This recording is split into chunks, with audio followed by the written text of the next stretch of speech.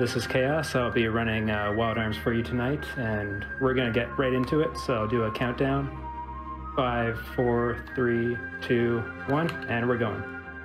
So Wild Arms, many of you may not have heard of it, you might have. It's an early PS1 RPG. It's kind of inspired by RPGs from the SNES era, as well as Legend of Zelda, a bit with the various tools and the overworld movement. It's a bit of a unique RPG in that there's 3 protagonists, and you start each of their prologues separately, and then they come together at a later point to form a single party. So right now we're going to be working through each individual prologue. The one we start at with is Rudy, and there is a donation incentive for Rudy's name, which we're going to cut off. I believe Cthulhu was winning last I checked. I'm not sure if that's changed. No, that is still the winner. You've got Cthulhu as Rudy. All right. And Jack, we're also going to cut off because we're going to be naming him very shortly. And unless something drastic happened, I believe we're naming him Jack Edit. That is correct. All right, sounds good. So first up, we'll be naming Rudy Cthulhu.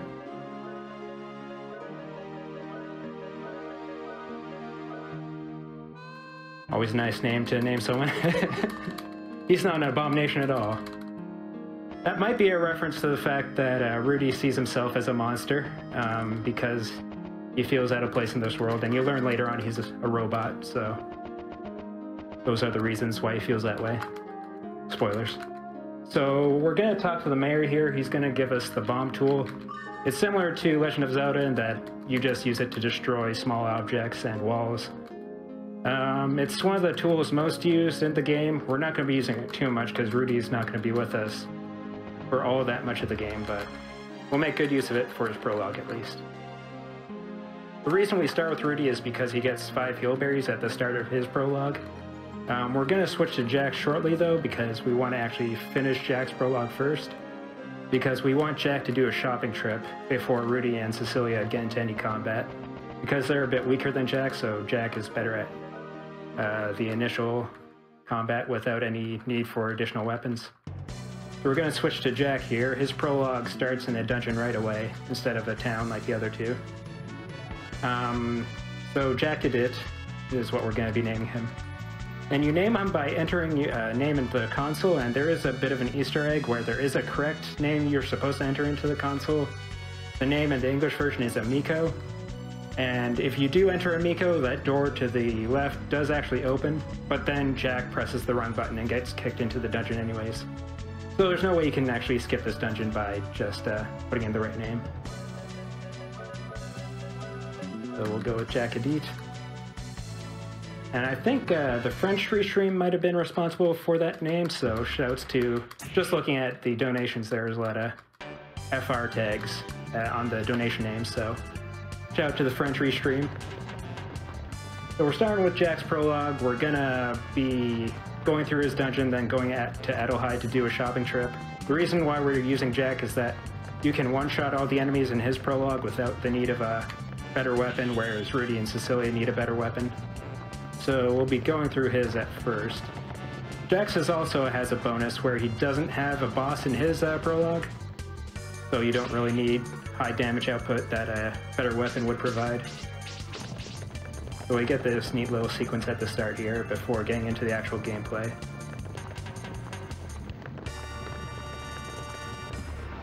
So random encounters in this game are pretty standard. You take a certain amount of steps before you can get into an encounter. Those are measured by the pixels you move on screen, so it doesn't matter whether you're running or walking, you'll take the same amount of steps. So it's always better to run unless there's only a little bit of movement to do. You might notice that the movement's a little bit different in this game. There's an encounter there. That's a pretty late encounter. And you'll notice the really good 3D graphics in this game. Ironically, this game was commissioned by Sony to show off the 3D graphics of the PlayStation, but the 2D art is really good and kind of aged really well, whereas the 3D art, maybe not so much, but it has its own certain charm to it, I guess. But yeah, the movement, as I was saying, is more momentum-based than most RPGs. You pick a direction and then run in that direction. One of the techniques I'm using is double dashing, where you hit the dash button twice while holding a direction. So that shortens the amount of charge time it takes to do a run at the cost of making your initial run slightly slower. But once you get up to speed, it's the same speed as a regular sprint with a full charge. So there's only a couple cases where you want to use a full charge. One of them is here, because if you do a half charge or a double dash charge there, you actually get hit by those spears. But if you do a full charge, you don't have to worry about it. That technique I just did was discovered by Anchor, where I threw a handpan there. You're supposed to push those blocks down and then throw handpan, but if you get the correct angle, you can actually just throw handpan without pushing any of the blocks. We're gonna save here because there's a slight chance we'll actually die the next couple rooms. The encounter table changes so that we can now fight skeletons. And skeletons are spooky because they have an attack called Brutal Attack, which will do about 50 damage. And if they come with a pill bug in their fight, they can easily defeat you in a couple turns, especially if you get in an ambush. So no skeleton here. We attack the balloon first because the pill bug has a chance of running away, so it saves a bit of time if it does choose to run away. And it does.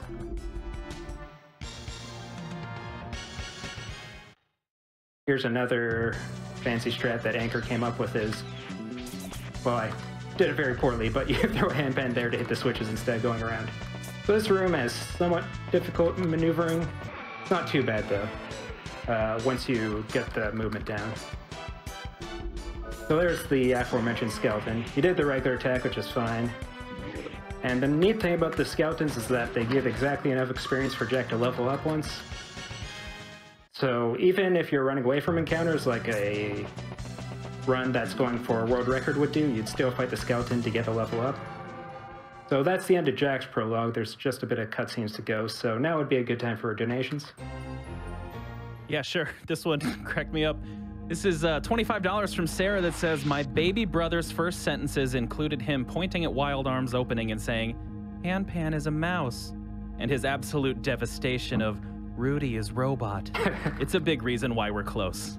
Thank you, Sarah, for that donation. We've got 15 from Al Kaiser. It says, always happy to donate to an amazing cause. Wild Arms was my first JRPG I played all the way through. I have so many fond memories as a kid playing this game with my little brother and loving that opening theme song. Boy, Al Kaiser, you got it right. That opening theme song, I've been singing it all night, just waiting for this to go.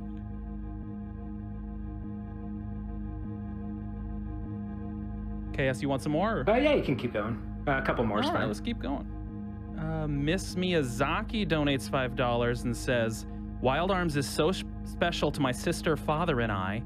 This donation is to celebrate that and also in memory of my grandma who we lost last year to cancer. Keep fighting the good fight. Thank you so much for the donation.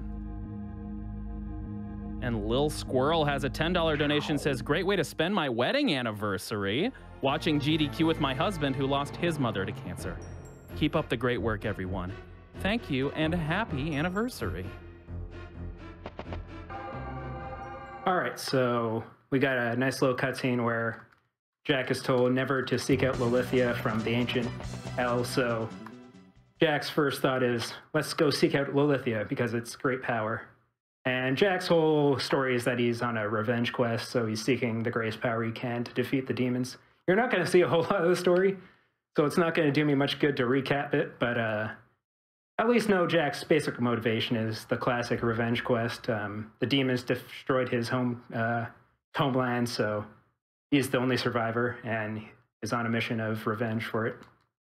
We're actually going to exit back into the world map with Jack instead of moving on to the next prologue, because we're going to take Jack to Adelheid, the main city of... Okay. Took a little while to load there. But we're going to move on to Adelheid.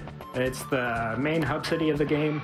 You go back there multiple times. The main reason we're going there is that Lilithia's tomb is right above it, and that's going to be the dungeon we do right after the prologue, so it's going to be really convenient to have him there. Additionally, there's a shop there which has better weapons for Rudy and Cecilia, so we're going to pick those up before we tackle their prologues. And we picked up a power apple during Rudy's prologue, so we're going to sell that for additional money so that we can do more shopping here. So we buy Rudy and Cecilia's weapon and Cecilia's armor, because she also needs a good amount of armor. We're going to buy medicine and then spend the remaining money on heal berries. Heal berries are the potions of this game. They heal 200 HP and are pretty cheap, so you want to get them whenever you can. And you want to have a decent amount, especially in the initial prologues, because there's a lot of scenarios where you want to heal just for safety. So we're going to go back to Rudy here. We already started his prologue, so we're going to go straight to the dungeon and avoid these chickens here. So Rudy's prologue has the town, and then you learn that a boy named Timmy went missing, or Tony rather, went missing in the Berry Cave. So we're going to go there and rescue him. Berry Cave is one of the bigger reset points of the run, because you get a good amount of encounters here, and in a run that's going for a really good time, you're trying to run away from all of them. But the way running away from enemies in this game works is it's based on your luck stat, and it'll be between 50 to 70% chance of running away. But we're going to avoid that by just fighting the fights by using the weapon we bought with Jack. Ideally, fighting versus running away only loses you about a minute, so it's not a big deal. It's only if you're going for the quickest times that you want to do the runaway strats over fighting. It used to lose more time because we didn't used to take Jack to Adelheid, but with the recent reroute, we now take Jack to Adelheid, so it doesn't waste a whole lot of time to do it. So here we're using a bomb to blow up a sign. If you read the sign, it actually says, "Warning, do not blow up the sign." But of course, it's in your way, so you have to. So we're getting Goblin here. Goblins are more dangerous, but they also give more experience. I could have ran away there because it was a preemptive attack, and preemptive attacks are 100% chance of running away, but I just fought it in case I get enough experience to get level 2. So that puzzle's slightly tricky. You have to blow up the box before moving the statue. And this bridge coming up is special, where I have to walk over a portion of it, bonk, or else I'll get cursed. So I'll start walking here. It's just a line drawn across the map, but if you do trigger it, you get cursed, which means that there's no longer any step threshold to encounters. You can get an encounter from a single step, so it's really bad if you get cursed. Luckily, at the end of the bridge, there's a holy symbol which cures curse. It's kind of supposed to teach you what curse is in this game, but it's faster if we just avoid it altogether. So I went over the trigger, walking over it, and so we can move on from there. Our health is still fine, so we don't have to heal.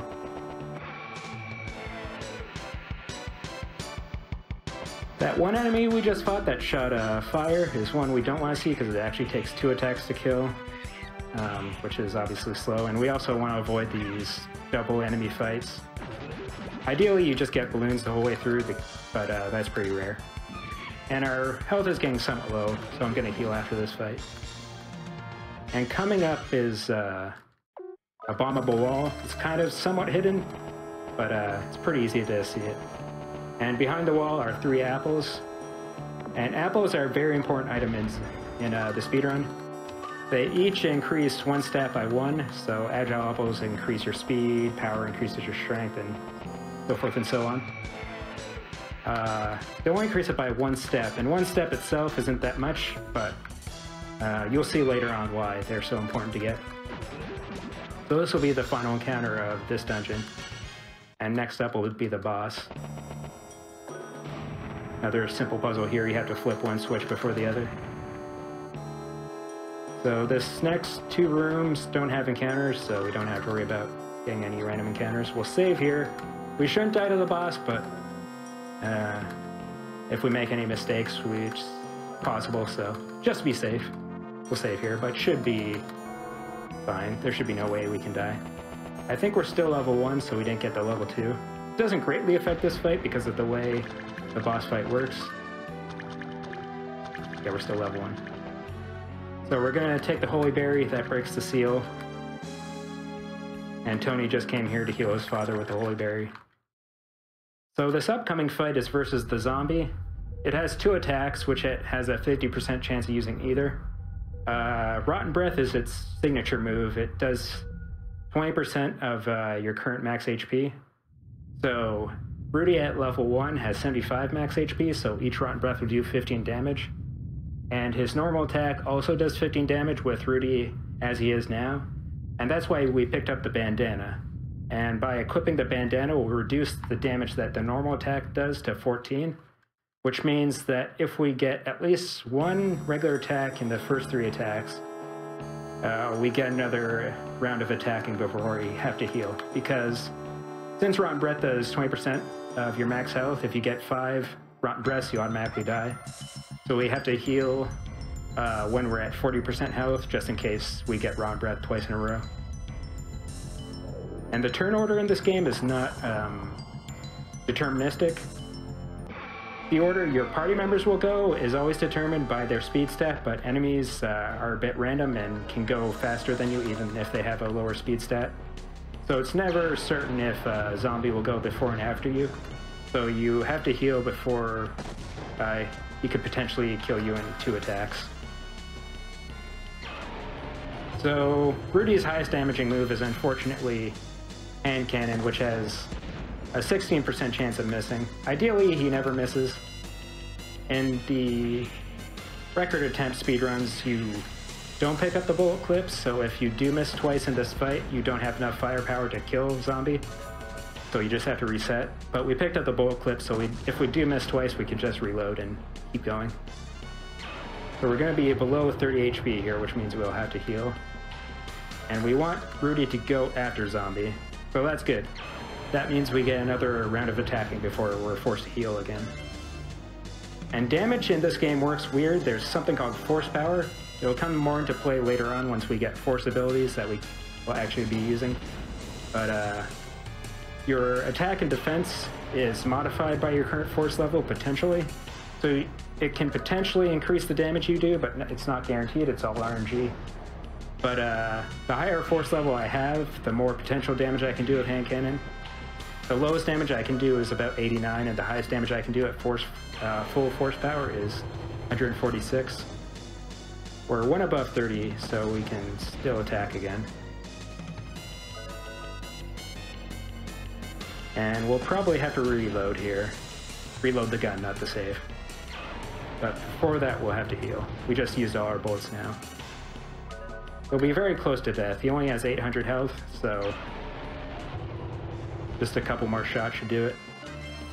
And it looked like I was almost going to die there, but there was never any real concern. So yeah, we'll reload, do a couple more shots, and then we should be good.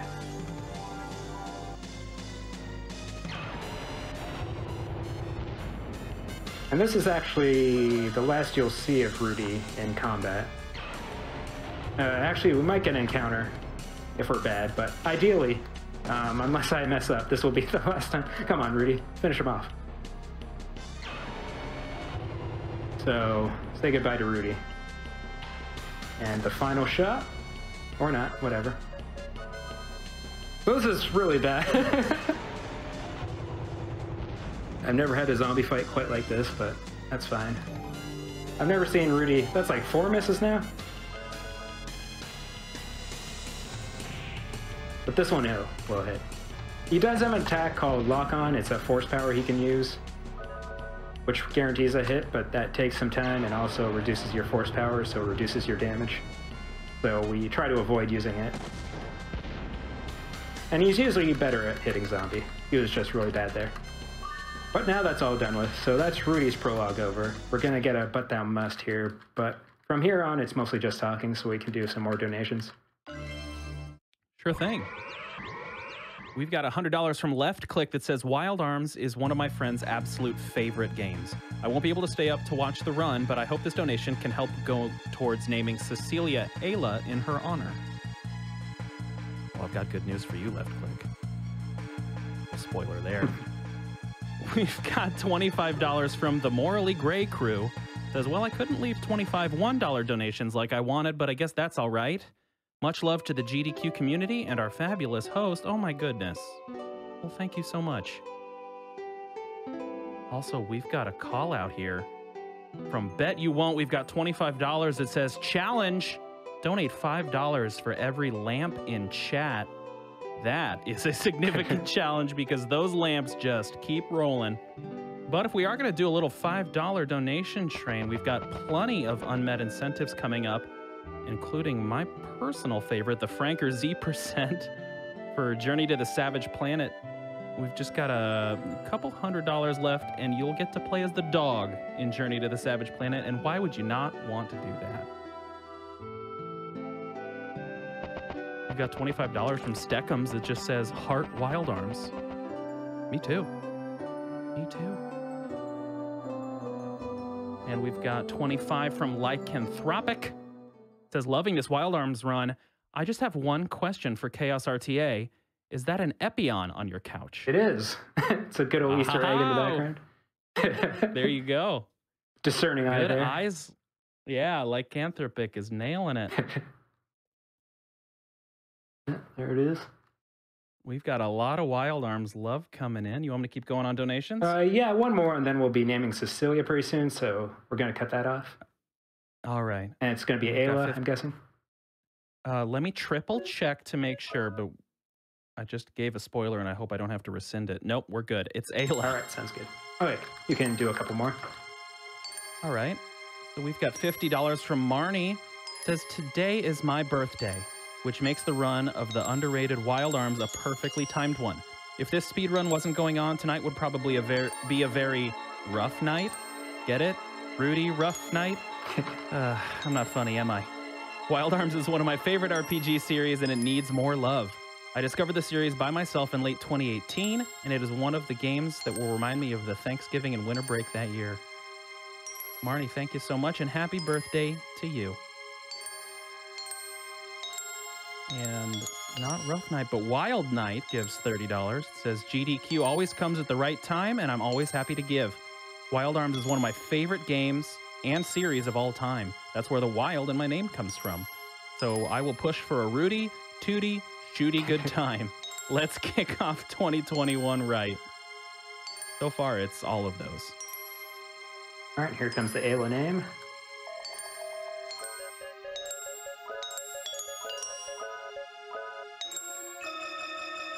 Yeah, this is the final prologue of Wild Arms. It's Cecilia, the star of the show, later on.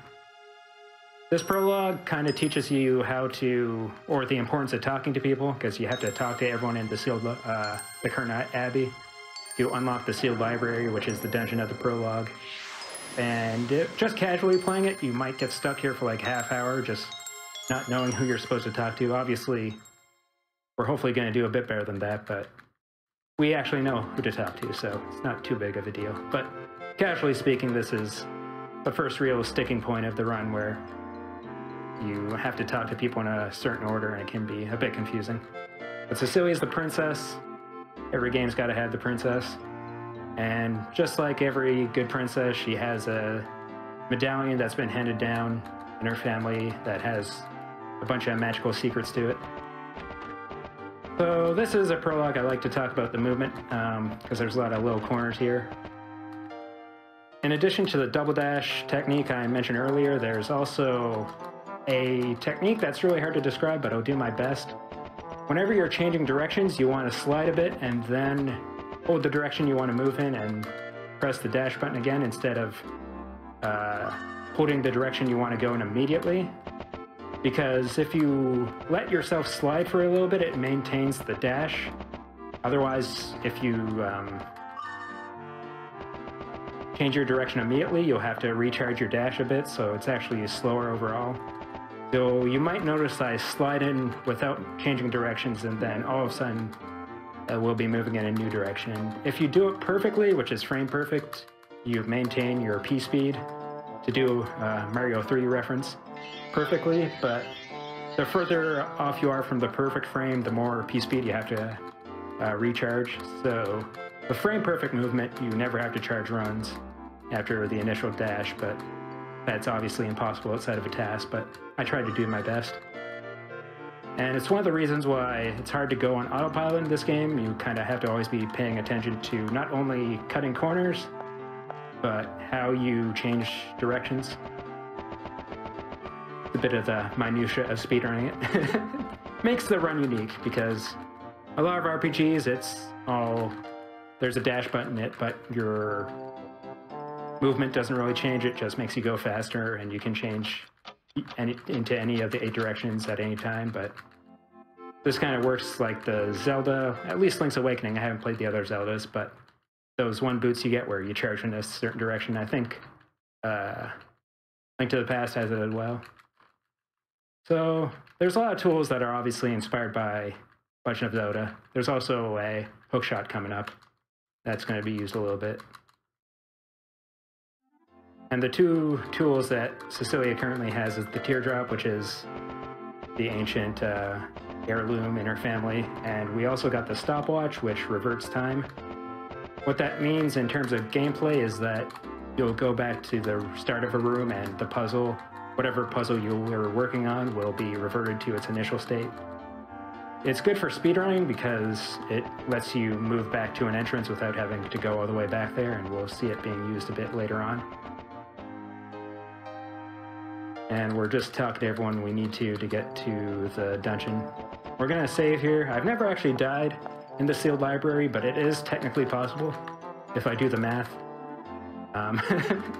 So it would be cursing the run not to save, so always save here in a marathon. The unique mechanic of cha0sRTA is that she has spells, which you get by binding spells to crest graphs. I picked up one by talking to a teacher, and you start off with 2 spells which you can unbind to get crest graphs. We're going to bind Spark, which is an attack that attacks a specific group in a fight and does thunder damage. We're going to bind Freeze, which is a single target attack.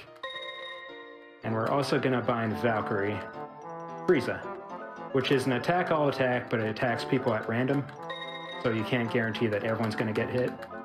We bind those 3 because depending on the fight we get with cha0sRTA, different spells will be useful. If we get a fight with multiple groups, we want to use Valkyrie because it targets everybody.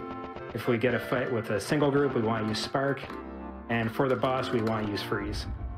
And Freeze has the same multiplier as Fire, which is multiplier of 4. And the boss doesn't have a specific weakness, so Fire is just as good as Freeze in terms of damage. But we bind Freeze instead of using Flame because Freeze's animation is actually 4 seconds faster. So that adds up because we have to cast it multiple times in the boss fight. And I mentioned previously that in speedruns that are going for the record, you want to run from all the fights. The exception is cha0sRTA's prologue, because the boss fight is actually a lot faster if you get to level 2. And you're pretty much guaranteed to get 3 encounters during the dungeon. And if you get good encounter luck, you'll actually get level 2 before the boss. So even in a record run, you want to actually fight the fights. And now we're in the sealed library. And we're making use of the teardrop by opening these doors. This is the last you'll see of the teardrop. It's not extremely useful, but... Actually, that's a lie. We see it one more time in the next dungeon. So this will be the first encounter.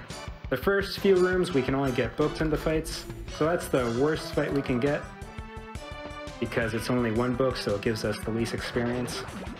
We equip the weapon there, because with cha0sRTA's regular weapon, we don't do enough damage to kill, but with the weapon we bought with Jack, we do. So we can still get level 2 with 1 book, but we have to get really good encounters for the next 2. And there's some simple block puzzles here. The trick is not to break this one, because you have to hit the switch and then hit it with the blocks. And then there's just 1 more room. Unfortunately, it's gigantic. The gimmick of this room is that we have to go around and burn a bunch of books for some reason, and doing that will open a door to the boss. And this is the first book here. We'll probably get an encounter around here. Cough, cough. Here? No encounters. So this is actually a super late encounter. I'm not sure what's... There we go. So since we might not get level 2, there's a chance we won't get the 3rd encounter because of how late that encounter was. So I won't try to force the 3rd encounter. We'll just go with whatever we have. So this is the magic of Valkyrie. It hits 8 times at random. If it works out well, they'll all die, which it did. Sometimes it can just hit 1 person and it only kills 1 and it's really bad, but worked out there. We're actually gonna play it safe, deal with that.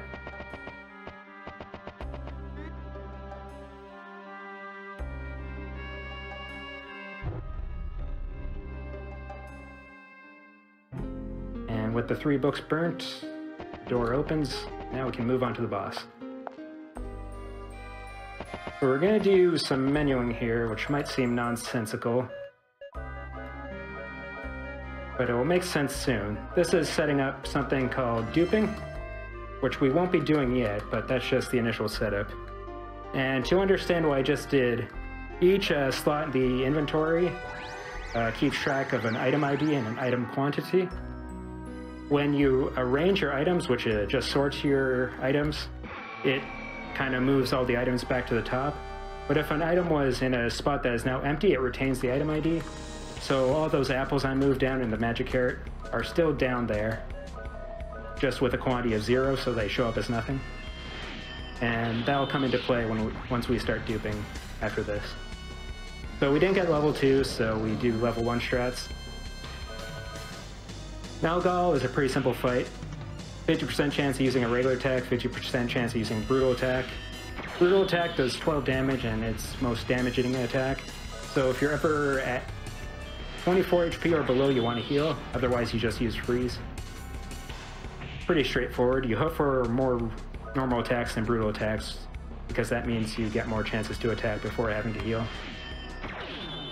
And if you get level 2, you actually don't have to heal in this fight because you do enough damage and you have enough HP to survive all of its attacks.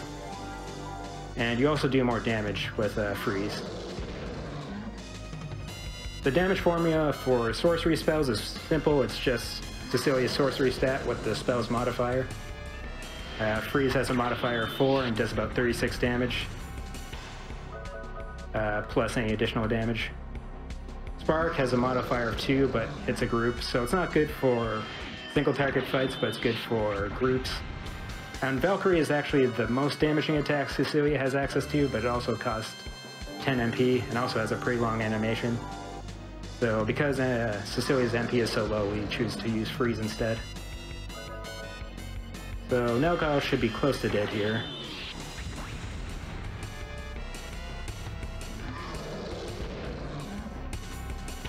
One more free should do it, and then we should be good. And that's Nalgal down. So that's the 3 prologues down, and there's a bit more text to come, so we can fit in a few donations here. Yeah, that sounds great. Seems like some people are liking the lamp idea. We've got Thawed donates $25. Says Orb outdated lamp. Honk overrated lamp. Long have we waited lamp. Now we're illuminated lamp. See, now that's what I'm talking about, getting a little poetry back in this. Yeah, I like that. Thank you so much. And it seems like that might have got a little hype train going. We've got a $5 hype train choo-choo from Hirichi. $5 donation. $5 donation, $5 hype train sounds pretty good. We're at 280,000 right now. Let's see if we can maybe hit that 300K mark during Wild Arms. We've got a lot of love coming in. I can absolutely see that happening. Lunar Havoc donates $50. Hey. Says shout out to Chaos from the hometown crew. Congrats on making it to AGDQ. Zed's dead, baby. I know that guy. Jen Flare 1 donates $25 and says, I remember playing Wild Arms as a kid and never saw the ending. Hoping to finally see it this run. Keep up the good work. Yeah, you'll see the ending, not much else, but the ending is definitely in there. And Ghost Kumo donates $15. Says happy to see Chaos with this PS1 classic. Running the best Wild Arms category that actually uses the full disc of the game. Good luck. Donation to Runner's Choice. We'll have to explain that. It's pretty great. Brainfire. There we go.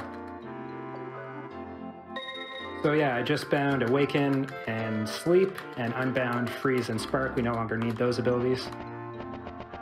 Sleep will come into play. It puts enemies to sleep. It's pretty self-explanatory.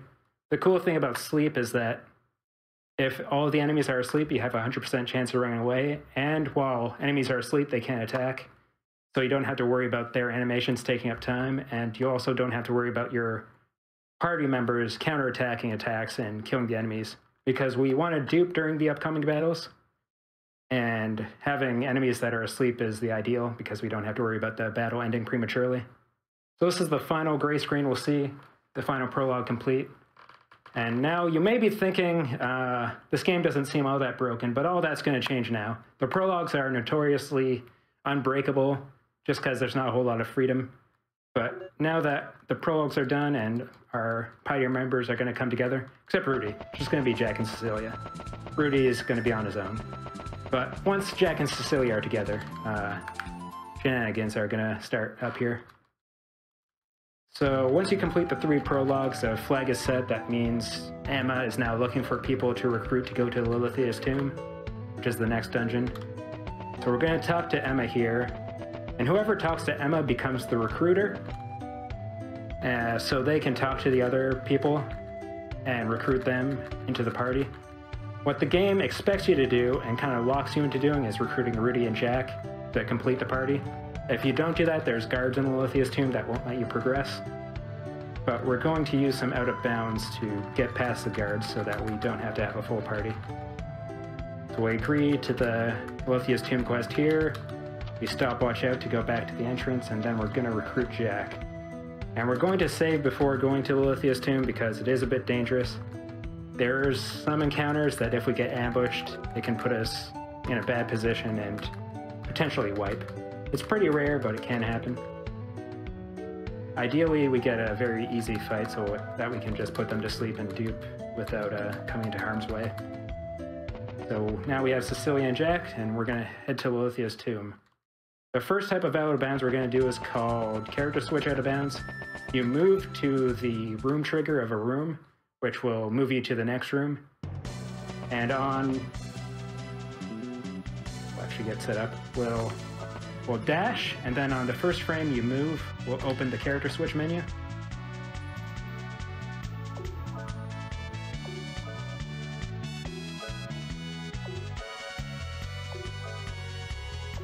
Like so, and we'll move out of bounds. And this will get us past the guards up here. There are also a bunch of rocks that we have to get past, so we're gonna sneak past them. Next room, we have to do the same because there's a bunch of rocks we have to get past. That out of bounds went a bit better. Same deal, character switch. You gotta be careful with these rocks. Out of bounds again here.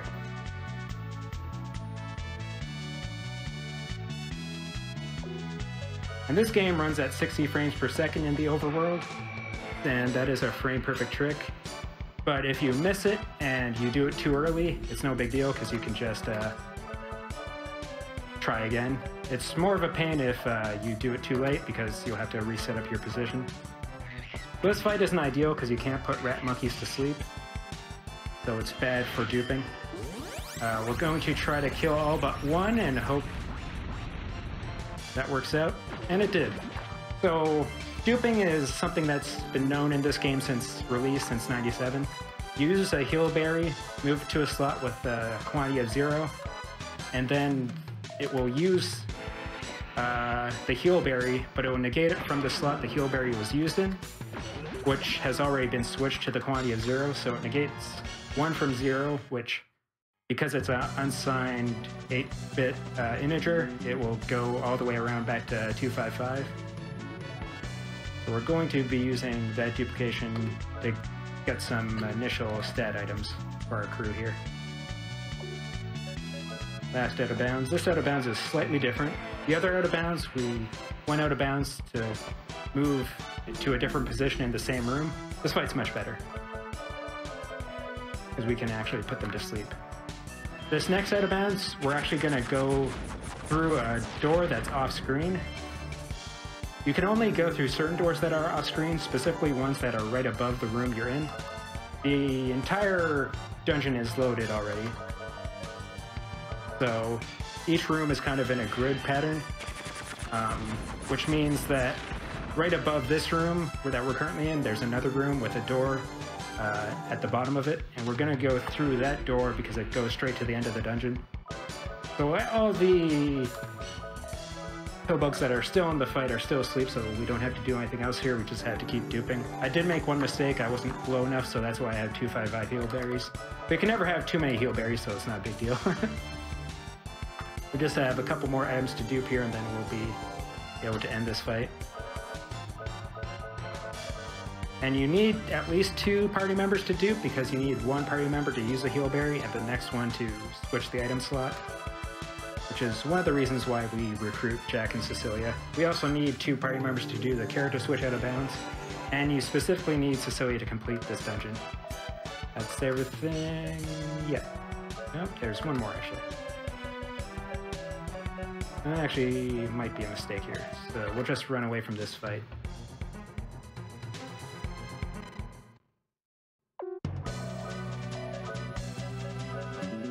Somehow power apples got lost, so we'll dupe them in the next one. And before we do that, we're actually gonna use the heal bear or the apples we have. So in this game you can bind multiple buttons to a single action, and I have R1 and X bound to accept, so I can mash faster here. And we're just going to be boosting Cecilia's sorcery here. And specifically, we want to keep 2 apples for later duping.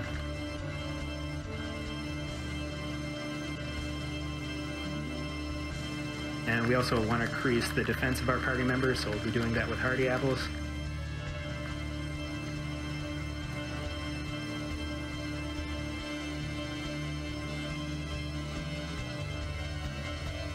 And agile apples increase your speed, which is important for the later fights because you want to go before the enemies to make it safer. So buff Ayla and then buff Jack.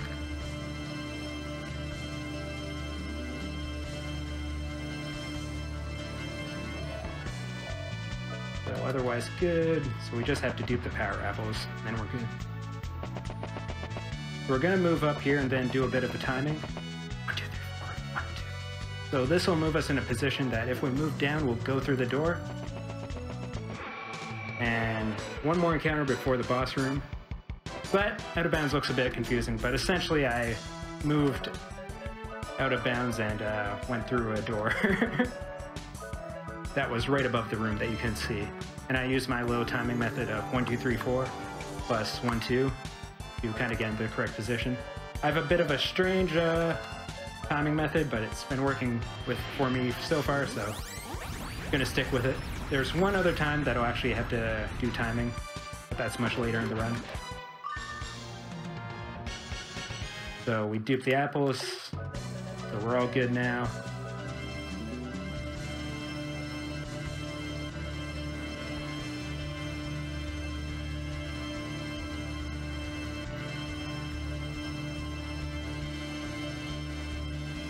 We have time for a donation or 2?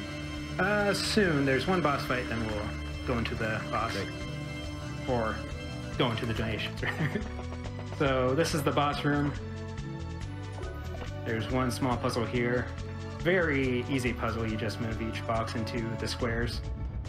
Over time, we've come up with different strats. And I think this upcoming strat, which we came up with like a month ago, is the most optimal. But like all the strats are like less than a second difference in terms of optimalness, so not a huge deal. So we boosted our stats a bunch, and so we're a bit stronger now, so we'll be seeing the fruits of that labor here. This boss has 2,000 HP, which is a lot more than the previous bosses. Nelgal had 300, and Zombie had 800. But that doesn't matter, because we're a lot more powerful. There's a special type of equipment in this game called runes, which increase your stats by a percentage. We're going to equip the water rune to Cecilia, which increases her sorcery by 10%, and then use Valkyrie. And Magtaurus has 2,000 HP, and he's dead. Without the source, or without the water rune, there's a chance you'll do less than 2,000. So it's important you equip that before the Valkyrie.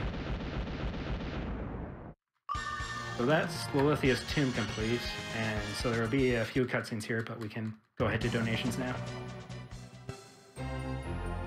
Sure. We've got $100 from Metro. It says, thank you so much for having us, GDQ. Had a fantastic time playing Diablo 3 very fast for you all. Here's my world record money. Thank you so much, Metro, and congratulations again on the world record. Brooks Speedruns donates $25. They say, Chaos, your commentary is expanding my brain at a rapid rate. Love this game, speed game, and runner. Good luck. Thank you. And I totally feel this one. J-Train RVA donates $25, says, great to see Wild Arms at GDQ. Soundtrack is all bangers. True. Absolutely is. It is. Lucky Score donates 25. Says, I can't believe that Wild Arms is being played at AGDQ this year. It's my favorite PS1 game of all time. Thank you so much for your donation. We got $50 from a dude, maybe? It says, my hatred for cancer is matched only by my desire for these prizes. That's right. Everything you're donating puts you into pools to be eligible for prizes. Make sure you're getting those in. We've also got incentives. That Franker Z% I was talking about a little earlier for Journey to the Savage Planet only needs $210 more. Make sure you're getting your donations in towards those.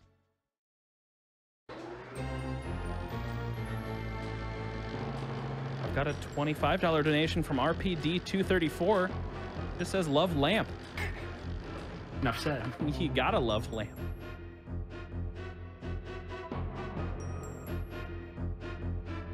Got more? You want me to keep going? Actually, I'll take over now. And go for it. In a bit, we can get back to that.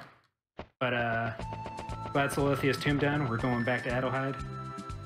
And one of the most important glitches in the game is about to activate, and it's very subtle. So the game expects you to have 3 party members here, as it should. But we actually only have 2, and Rudy's in a separate party. And Cecilia's about to be removed from the party temporarily. What this does is it activates a flag that means Rudy and Jack can switch between each other, but that's because the game expects Jack and Rudy to be in the same party, and it also means that you can't switch to Cecilia. But since Rudy and Jack are in separate parties, this activates something called Switch Anywhere, which means we can now switch between the 2 parties whenever we want, which makes the game a lot more broken in a lot of different ways. So it might seem like nothing important just happened, but the most important glitch in the game was just activated. And now the festival begins.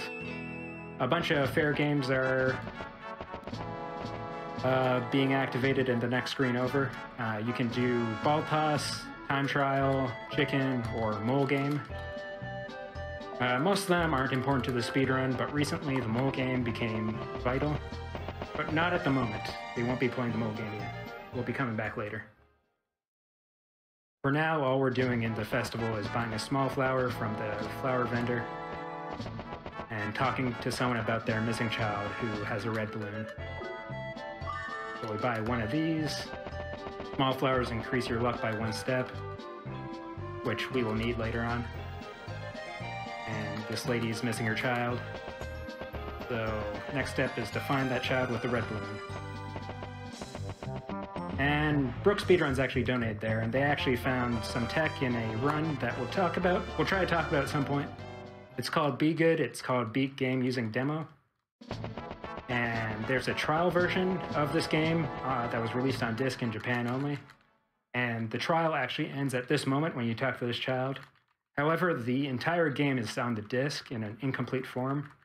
And you can actually escape this section of the game and keep playing through the entire game. And Beat Game Using Demo is a category that actually beats the final boss with the trial disc.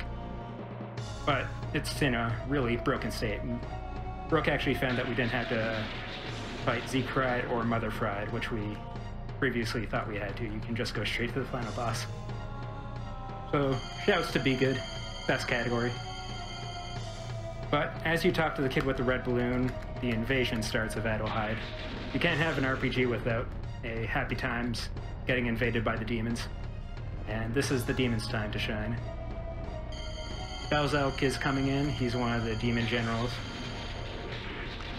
And we're going to do a skip coming up called Belzelk Skip. It's one of the hardest skips in the game, because if you mess up, you lose a lot of time.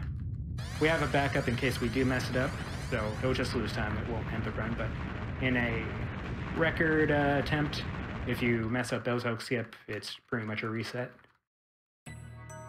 But before that, we have to save Cecilia, which I never really liked this part of the game.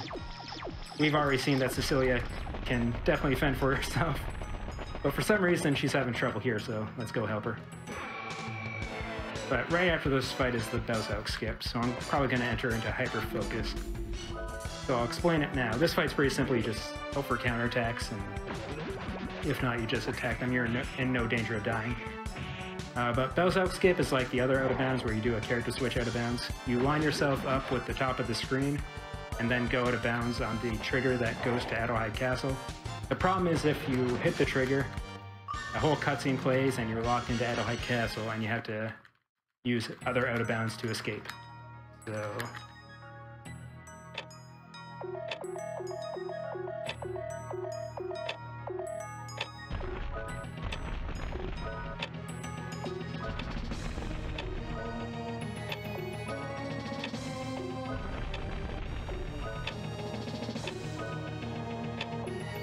And we did. Alright. That's a load off my shoulder. That's the one thing I wanted to get right. So that's Belzalk skip. If you mess up, it's the worst thing ever, but I didn't, so it's all good. And with that, we can escape the invasion. Don't worry, they're all going to be fine. They don't need us. And we never get to see Belzalk. Because if you do fail that, Belzalk comes in and laughs at you appropriately. So as I mentioned previously, we can now switch between the two parties whenever we want. And a whole lot of stuff is about to happen, so I'll try to explain it as best I can. Whenever we switch parties, it's to reset our step count to avoid encounters. So we're just playing it safe and switching a bunch of times here to make sure we don't get encounters. And we want to move both Rudy and Jack to Mountain Pass, which is the next dungeon, to set up a major glitch that will warp us 3/4 of the way through the game. And is pretty visually impressive too. There's a non-visually impressive version, which is actually faster. We're going to do the slow version, because it's cooler. It's not that much slower though. So first thing is we're going to set guard skip. We're going to move Rudy into the proper position. That's good. So Rudy's hitbox is going to help us get past these guards. We're not going to be able to see Rudy, but his hitbox will still be there. And these guards will try to bounce us back because the festival's still ongoing. But Rudy's hitbox prevents us from getting bounced back, so we can just walk past them.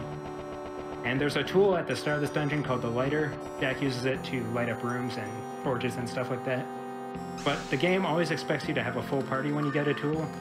And when you pick up a tool without a full party, you get something we call the Hollow Man, this empty slot here. And when you unequip the rune, it corrupts your second party member. And if Cecilia gets corrupted, she gets sent to the L world, which is 3/4 of the way through the game. And I just have to listen to the music here. So we moved up a bit to set our possession in the L world. The reason why it was all funky there is because we were outside of the bounds of the L world map, so it didn't know the tiles to load. So we moved up so that it actually loads the map proper. And so now we have to go through the forest prison. But we're not actually going to go into the dungeon. We're going to switch to Rudy. And Rudy needs to make his way back to Adelheid, so we're also going to be tracking with him a little bit while we're doing the other stuff. So we're going to switch back to Jack, and Jack is still in the Mountain Pass. Jack's position is still set to Mountain Pass, while Cecilia's position is set to the L world. Which means we can set our position in the L world by setting our position in the Mountain Pass, because Jack's XY coordinate and Cecilia's XY coordinate is linked.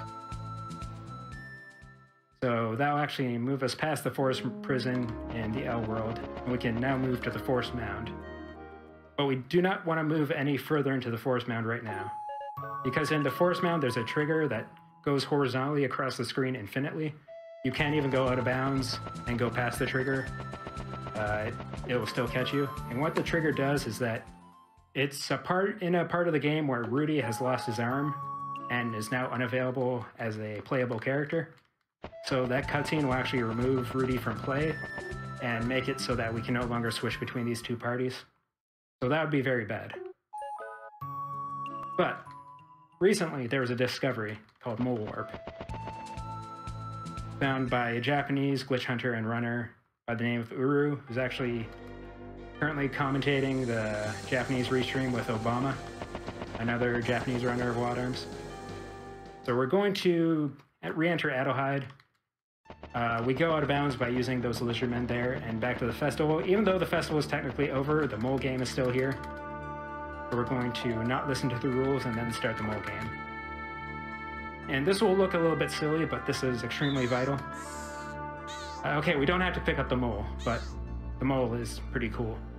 We have to wait for the timer to expire. Praise the mole, by the way. And in the meantime, we just kind of have to chill out here. Look at the mole, just vibing up there. And there's not much you can do other than just wait around. This is one of the reasons why Mole Warp is only used if absolutely necessary. It takes at least 30 seconds to do. But now, when the timer's about to expire, we switch to Jack. And what Mole Warp does is that it corrupts the position of the other party to be the default position of the area. And what Forest Mound does is it links the L world with Filgaia. And so by changing our position in Forest Mound to the Filgaia side, we actually warp. Okay, we actually got to set up our menu a bit here because we had to sort.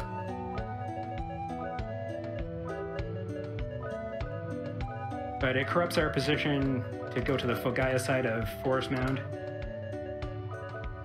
so that we can skip the trigger that removes Rudy from your party. So what we just did was called shop duping. By selling 2 of an inventory item that has multiple instances of the same item, like Agile Apple has 2 stacks in our inventory, the game never expects that. So if you negate 2 from the lower stack, it only looks for the first stack it can find. And if the stack only has 1, it will negate 2 from 1, which will underflow, similar to how battle duping works, where instead of going 0 minus 1 to 255, it goes 1 minus 2 to 255. So this is how we can dupe items without having to go into battle. We need to do apple duping to get the initial multiple stacks, but after that we just have to use shop duping from here. And we do have to do a lot of apple duping, so good amount of mashing here. You could probably fit in a couple donations if they don't mind being read over. The sound of duping. Yeah, sure. Aquastar831 donates $50 and says, Wild Arms was one of my first RPGs that I bought for the PS1. Staying up to watch this since it's been 20 years since I've played it. Thank you, cha0sRTA, for running this game, as this brings back great memories for me. Good luck on the run, man. Thank you. Also, I want to give a quick shout out to chat for reminding me about Prime. Excuse me. Microphone's going crazy. Twitch Prime or Twitch Gaming. Don't forget that if you have Amazon Prime, you have Twitch Prime and Twitch Gaming, and you can go ahead and redeem a subscription to Games Done Quick, and all of the profits that end up coming over to us go right to charity. So don't forget to use that if you've got it available. I've got $25 from Jake. It says, so excited to see Wild Arms. This was such a childhood favorite I never got to beat. Living vicariously through you, Chaos. I'm in the same boat, Jake. I never got to beat it either. You're gonna see it beaten in a slightly different way, but beaten nonetheless. So we're gonna finish up mashing for now. There's gonna be some mashing later on, but we'll stop now. We don't want to wear ourselves out by mashing too hard, too often. So we'll sell some more here to get more apples, and also sell our stack of Agile apples to have a bunch of money to buy some equipment here. We buy this equipment just to reduce the number of apples we have to use, because the equipment boosts our stats a bit more. And we also bought some stats healing items, because in late game there's certain stats effects that we don't want to be afflicted by, and if we do, we want to be able to get healed from them. There we go. We're also going to bind Awaken for the final boss. It has a spell called Sleep, so Awaken's obviously good to have. And we're about to get a very broken item. This item was put into the game kind of as a gag by the developers, where if you use it, it flips a coin. It gives you heads or tails. And there's some internet rumors where if you flip it and you get tails, you get a critical in battle. I've never bothered to see if that's true because it's kind of pointless either way. However, Gimelcoin does have a better feature where it lets you go out of bounds in places where you can't go out of bounds using character switch out of bounds. So we're gonna mole warp again here. This time we want to corrupt the other party's position to send them back to the Adelheid continent, because right now they're on a continent that is only reachable by boat, and they don't have a boat, so they're kind of stuck there and can't do anything. So we have to rescue them by mole warping them back. So we're going to do that now here. Switch. It's funny, you kind of see this text box come up, and you have to cancel a text box by opening the menu and closing it. And we're going to move our party over to Mountain Pass. And because that's the last mole warp we have to do, we're going to move Rudy to the world map here. Because if the two parties are in the same area, it's a lot faster switching between the two because it doesn't have to load a new area. So we're going to be switching between Jack and Rudy a bit here to remove all encounters. And then we're going to see the first use of Gimelcoin out of bounds. And also a trick called camera switch. And the reason why having multiple parties is so broken is because when you're out of bounds, it's not that powerful because you're still locked to the room you started in. Gonna do out of bounds here, do some mashing while we have the menu open.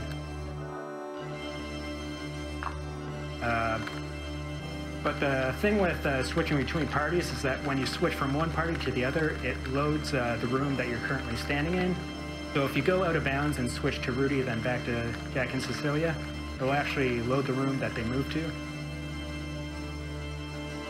So we can actually move to the final room of the dungeon and then go back to them. And then we'll be in the final room of the dungeon. And there it is. So same idea with character switch out of bounds. We run at the door entrance and on the right frame, as soon as we start running, we open the menu and use Gimelcoin. Gimelcoin works in a special way where it moves you 6 pixels forward and opens a menu which sets all of your previous positions to your current position, so it just kind of skips over the load zone. So Gimelcoin is more powerful than character switch because of that. It can skip over any load zone, not just certain tile sets like character switch does. We're going to be doing the same thing we did in Mountain Pass here in Sand River. The tricky part about going out of bounds is that you need to buffer 4 pixels downward by walking and opening the menu. And each time you walk is 2 pixels, so if you buffer 2 frames walking downwards, you get into the right position. But if you buffer any more than that, you will hit the load zone and exit the area.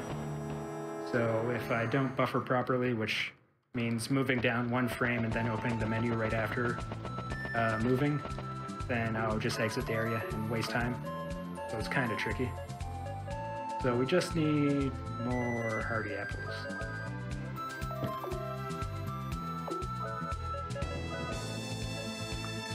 And you're good. So we just need to do some buffing of Jack to increase his defense.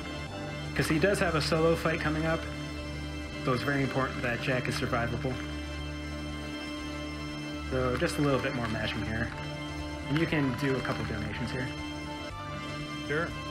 We've got $250 from PC Gamer. Says, I like the mole's sunglasses. Great run, game, and commentary.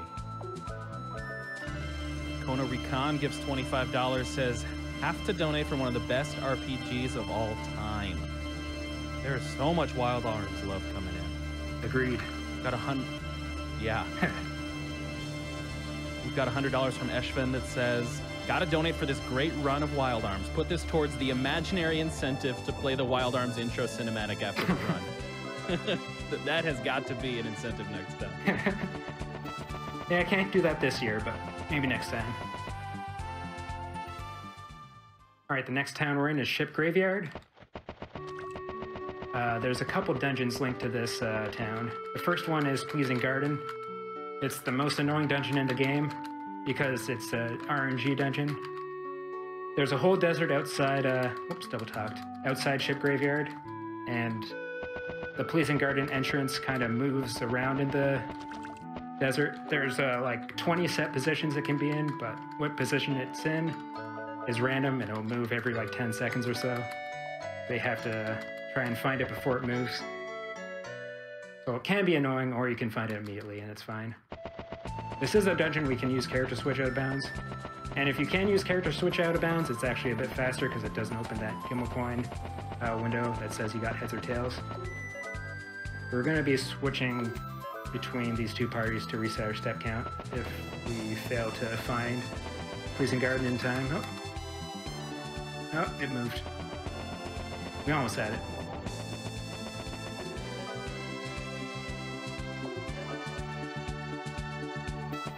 Oh, it was right there. There we go.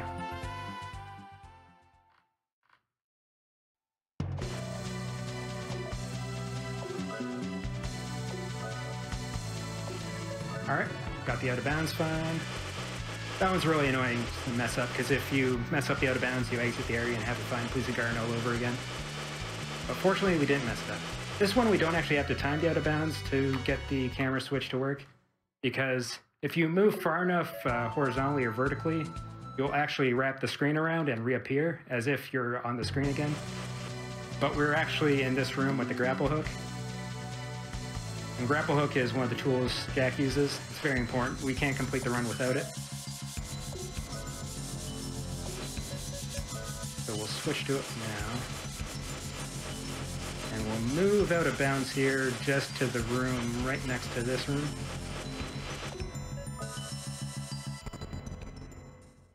And the actual goal of this dungeon is to get the bracelet that Dan and Ship Graveyard lost with his wife, because they were adventuring in here and wife died and left the bracelet here, so we're retrieving it for him. So we pick up the bracelet and head out. And that's it for Pleasing Garden. There's actually a boss in there. You might have noticed that room with the creepy music. You're supposed to use bombs to free that beast, and then use its skull to open the area with the grapple hook. But we just went straight to the grapple hook and don't have to worry about the boss. And now we return the bracelet to Dan, which opens up the ghost ship. The ghost ship is an important dungeon because it unlocks the boat. And without the boat, we can't really get access to the late game. There are certain important things we use the boat to get to. But first we gotta beat the ghost ship. And we actually do have to fight the boss here. But this boss is one of the easiest bosses in the game, even casually. It shouldn't really ever give you trouble. The one thing it does have going for it is has a move that can paralyze your whole party. And if you're paralyzed, you can't change your equipment and you can't move. So it's very dangerous, but our defense is so high that even if we get paralyzed, we can't actually die, so we just have to wait for the paralysis to wear off, worst case. And we also save right before. So, no real danger.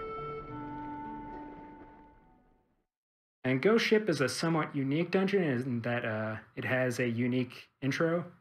Most areas you enter, you just kind of appear and you're there. But this one, you show up on a boat. And whenever a dungeon has a unique intro like this, you can't do camera switch out of bounds. Because every time you switch between two parties, it replays this animation. So you just kind of soft lock the game if I try to switch to Rudy here. Oh, wrong menu.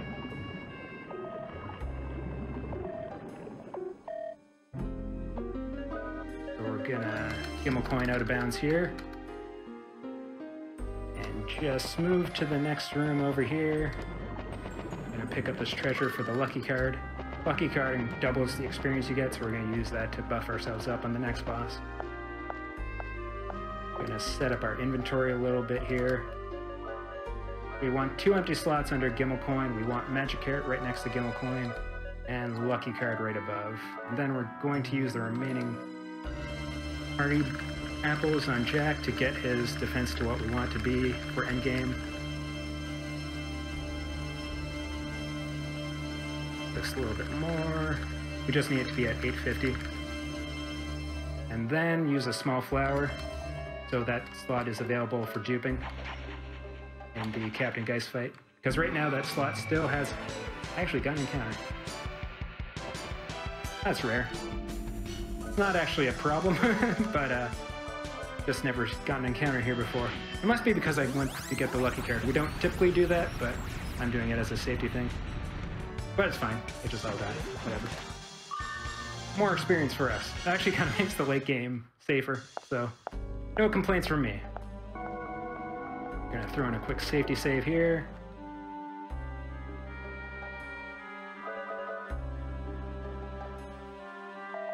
One thing I have to make sure is we didn't get any drops. Okay, good.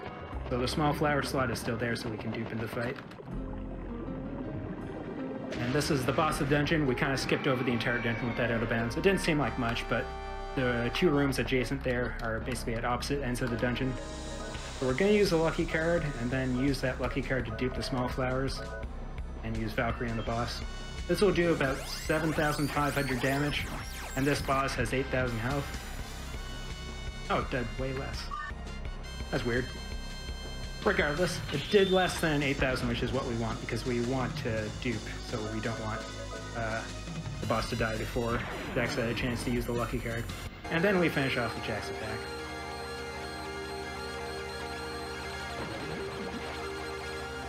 So that's Captain Geist down, and that's it for Ghost Ship, and after this we get access to the boat. But before that, there's a bit of a cutscene sequence, so we can get some donations in now. Sure. We've got $20 from Big Fong Balls. Says, shout out to my boy Chaos for putting down Melty so he could show off on GDQ. Good luck, bud. Thank you. Nexus Try Means donates $25 and says, had to stay up and donate for this underappreciated RPG gem. GDQ hype? Got $20 from Zephyr Workshop. Says, first time donating. Wild Arms is awesome, and it would be great to see some of the other games in the series run at GDQ. Totally agreed. Let's make a little Wild Arms block. What do you say? The other games are a bit longer, unfortunately. You can't skip 3/4 of them? Nah, not yet. Got $25 from Bozy. It says, the good old PS1 days. Always wanted to play Wild Arms. Glad to see it at AGDQ. Thanks for the run. Thank you for the donation. Just a reminder, all these donations are going towards the Prevent Cancer Foundation. What a great cause. So glad to be working with them again this year. All right, so that's Ghost Ship sequence done, and I hope Bick is proud of my hair. Just shout outs to him. But anyways, so we're gonna go to the beach here. After you complete Ghost Ship, some treasure launches up on shore. The most important thing is Goat Doll. Goat Dolls is an accessory. If you equip it, you survive one attack that would kill you, and it gets rid of the Goat Doll. So that sounds kind of broken, but what's super broken is that you can re-equip in the middle of a battle. So if you have, say, 255 Goat Dolls, you can just keep re-equipping them to effectively make yourself immortal. But that comes a bit later. Right now we're gonna go straight to the end game because we have a boat and that's all we need. First up is that we're gonna get some advanced level spells for Cecilia. And by switching while we're on the boat, it actually unloads the boat and we can bonk our way through the ocean. We bonk because it doesn't incur steps, so we don't get any encounters while bonking through the ocean. And we bonk all the way to the Isolated Guild. Isolated guilds are all around the world, but you need access to the outer ocean to gain access to them casually. But we don't need to do that because we can bonk through it. First spell we're going to get is Teleport. You can teleport to any town you've previously been to. Next up is Hyper, which doubles the attack power of a single party member. High Shield increases the party's defense by 50%, which is important for one of the fights coming up. Saint is Cecilia's best regular attack spell. It has a multiplier of 10. So with her 999 sorcery, it does a lot of damage. And the best spell in the game, Randomizer. As the name implies, it casts a random spell. Some of those spells have a multiplier of 60 though, so they do an insane amounts of damage. Unfortunately, damage is capped at 9999, but randomizer is still important to get to that cap for some of the boss fights because they have a lot of resistance. So we're going to use teleport to ship graveyard, and when you teleport, the boat comes with you. So we got the boat back with us here. We're going to set up our position right here, then switch so that we can get rid of the boat. And we can run across the ocean here. We don't need to bonk because there's not enough steps to get an encounter. And we go to this hidden ruins here. And the important thing to pick up here is the ocarina. Everyone that knows speed gaming knows that ocarina equals broken. In this game, the ocarina summons a giant robot, which you're supposed to already have. But even if you don't have the giant robot, it still works fine. So we're going to use that to summon Asgard, our giant robot friend. It was needed to access the final dungeon of the game, as well as another trick we're about to do here. So next up, we're heading to the Arctica continent, which has the third to last dungeon, Arctica Castle. This is Jack's hometown that the demons invaded before the start of the game.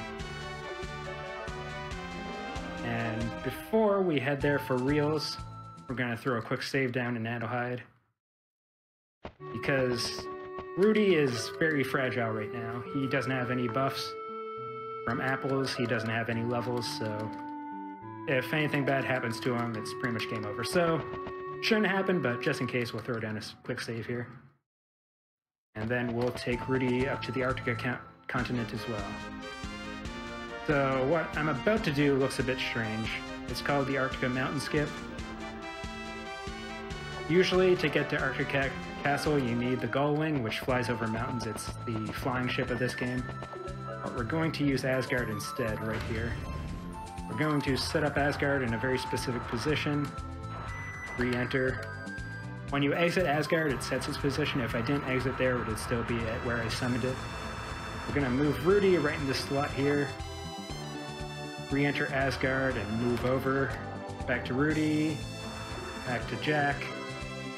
And then with the hitbox of both Rudy and Asgard there, we actually are able to clip through the mountains and get to Arctica Castle. Before we do Arctica Castle, though, we're going to take Rudy and Asgard over to Kortsheim, which is a town we haven't been to yet, but we're going to park Rudy there to do safety saves from now on because there's a save point right in the town there. We enter Asgard because you cannot get encounters while inside Asgard, so this kind of protects the fragile Rudy from any of the encounters. And just do a small walkabout here, enter Kortsheim. And throw down a save.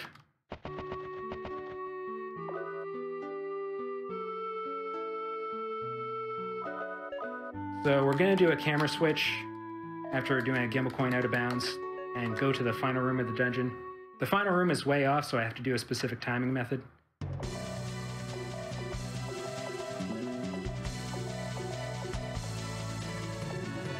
Alright, we got the out of bounds. So I got to count very specifically while running out of bounds. 1, 2, 3, 4, 1, 2, 3, 4, 1, 2, 3, 1, 2, 3, 1, 2, 3, 1, 2, 3, 1, 2, 3, 4. And then we should be in the final room of the dungeon. So we'll switch to Rudy, then back to Jack to load the room. And if all went well, we should be right next to the boss. There we go. We'll heal up Jack a little bit, then talk. So this fight's unique. Even with a full party, you actually fight this fight solo. Elmina is a former love interest of Jack who switched over to the demon side after being corrupted by Alhazad, who is not ever seen in this run. So we're here to defeat Lady Harkin, the demon form of Elmina, to free her from being a demon. Jack isn't the only one that gets a solo fight. Cecilia also gets one, but we don't do it. It's against Amelia in Rudy's dream when Rudy loses his arm. We won't be seeing that. So this fight's pretty simple. You switch Jack to auto battle and do 3 attacks. This will build up Jack's force power enough to do Sonic Vision, which is the force power Jack learns after completing Pleasing Garden. What this does is it increases all of stats, or Jack's stats, by 3 times unbounded. So it increases his attack to like 2,700. So it does way more damage, and also gets an auto crit, so it does a lot of damage. And this boss has 18,000 health.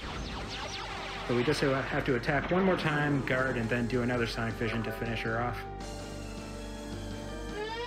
This strat was actually made by the person who made the task, whose name escapes me at the moment, unfortunately.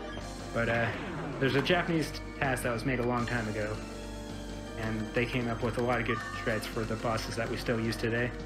Specifically the Lady Harkin one. Before, we just kind of regular attacked forever. It was really bad. Unfortunately, by defeating Lady Harkin, we also defeat Almina, who's now passing on. You can choose to revive Almina, but that takes time, so... Not today, but maybe someday. And with this, Jack learns the true meaning of courage and gets the courage rune.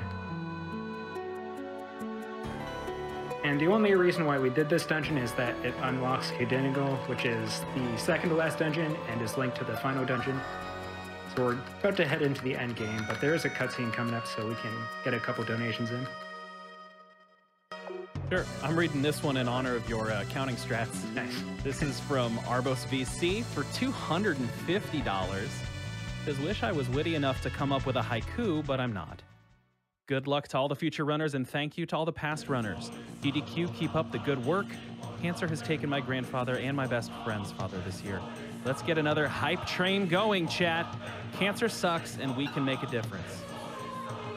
But just like Chaos is counting his strats, let's get some counting of those haiku syllables. Venbright, the previous host, donates $15, says, thanks so much for having me, GDQ. It's been a blast. Couldn't ask for more. Shout outs to the chat mods, the donation checkers, and the stream checkers. Y'all are doing great. Thank you, Ben. Ruby/SatEgg donates $25, says, older games like Wild Arms are such gems, and I wish there's a bigger scene for such gems. Love the commentary from Chaos. So calm. And sophisticated explanations nearly puts me to sleep. We'll stay up for the next 20 minutes because we're closing in. Make sure you see the end of this great run. What's the timer at, out of curiosity?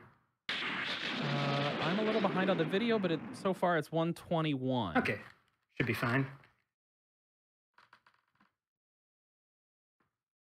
Definitely won't world record, but that's not what we're here for. Pretty much, if I'm doing safety saves, just the time it takes to safety save means I won't get anywhere near my record time, but better to showing all save. Of these wonderful people this great game. Exactly. We're going to teleport to Rosetta to move our boat down here. The final dungeon, Kadingle and Malduke, is just down here. But we don't have the flying ship to actually enter the town or the island, so we're going to switch to Rudy, then back to Cecilia and Jack, and that will get rid of our boat so we can clip into the island. And also throw down a safety save. Because the hardest boss in the game is coming up, called Boomerang and Luciad. I'm going to be using the spell Randomizer here. It's a very volatile spell, which could end the run if bad things happen. Well, not end the run, I say, but you know what I mean. It could make bad things happen, but we're kind of hoping that doesn't. We are going to limit our use of Randomizer only if it makes sense. The only reason it makes sense to use in this fight is because there's two enemies, which both are dangerous, so we have to defeat Luciad as soon as we can to make the fight less dangerous. Luciad only has 15,000 health as opposed to Boomerang, who has 26,000. So we can take Luciad out pretty quickly before moving on to Boomerang. We're also going to be trying to dupe goat dolls during this fight. We're going to set up the Phantom slot by equipping Cecilia with the goat doll to make sure she doesn't die. And then duping by using the lucky card and then switching with the goat doll position. And we're going to high shield to make ourselves more survivable. So the lucky card went off, which means the goat doll is now duped. And high shield goes off, so we can no longer be damaged by a lot of the moves these two fellows have here. But Boomerang has 0 armor attack, and Luciad has purple electric revised, And Purple Electric Revise can kill Jack, but it won't kill Cecilia. Jack's just here to kind of take attacks for Cecilia anyway, so it's not a big deal if Jack dies. So Twister is one of the spells we want to see from Randomizer. Randomizer is affected by Cecilia's luck. I used Small Flowers, which we duped on Captain Geist before this fight to get her luck to best. And at best luck, she has a 60% chance of casting a spell that does max damage. The reason why we're not using Saint in this fight is because they both have great resistance. It halves all elemental damage, which means Saint will only do about 5,000 damage. So only by using Randomizer can we do max amount of damage here. So Plasma is another good spell. So this will take out Luciad, so we no longer have to use Randomizer. We can switch to Saint because there's no longer a chance of us dying. We're going to equip Jack with a Goat Doll, because if we accidentally unequip the Goat Doll that's on Cecilia currently, it would add it to the 255 stack and make it go to 0. So we'd lose all our Goat Dolls. And that actually happened in a run, so I don't want to see that happen again. So 2 more Saints after the 2 successful randomizers to take out Boomerang. And that is it for Boom. There are 2 more tricks left in the run, and then there are the final 3 bosses, which are somewhat RNG dependent. We're not going to use Randomizer until the final boss. We're going to use Saint for the other 2. So they aren't too RNG dependent, but the final boss has a bit of luck involved, but regardless of what happens, we'll be able to finish him. Just depends on how fast we want the fight to go. The ultimate best shreds, which I actually got in practice, which I'll describe more once it comes up, makes the fight last 4 turns, and I've never seen that in a run.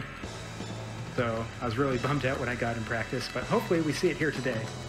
Capture it here for the GDQ run at least. So Boomerang sacrifices himself now that he sees us as a worthy competitor or fighter. And we're gonna make our way up single. And we're gonna do a camera switch to the final room. But first we're gonna switch back to Rudy and throw down a safety save.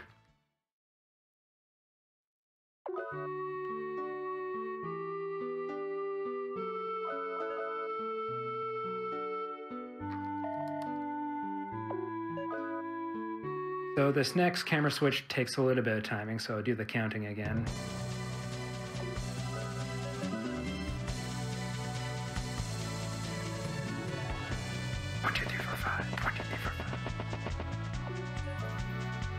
Switch to Rudy, then switch back to load the room we just moved to. And this room actually is somewhat dangerous because there's a trigger for the final boss of this dungeon.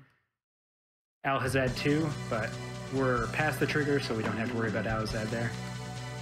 And now we're on to Malduke, the final dungeon. And we're taking a space elevator. Kadingle is supposed to be Kadinger, which is like another word for the Tower of Babel. So it's the tower that connects to the heavens.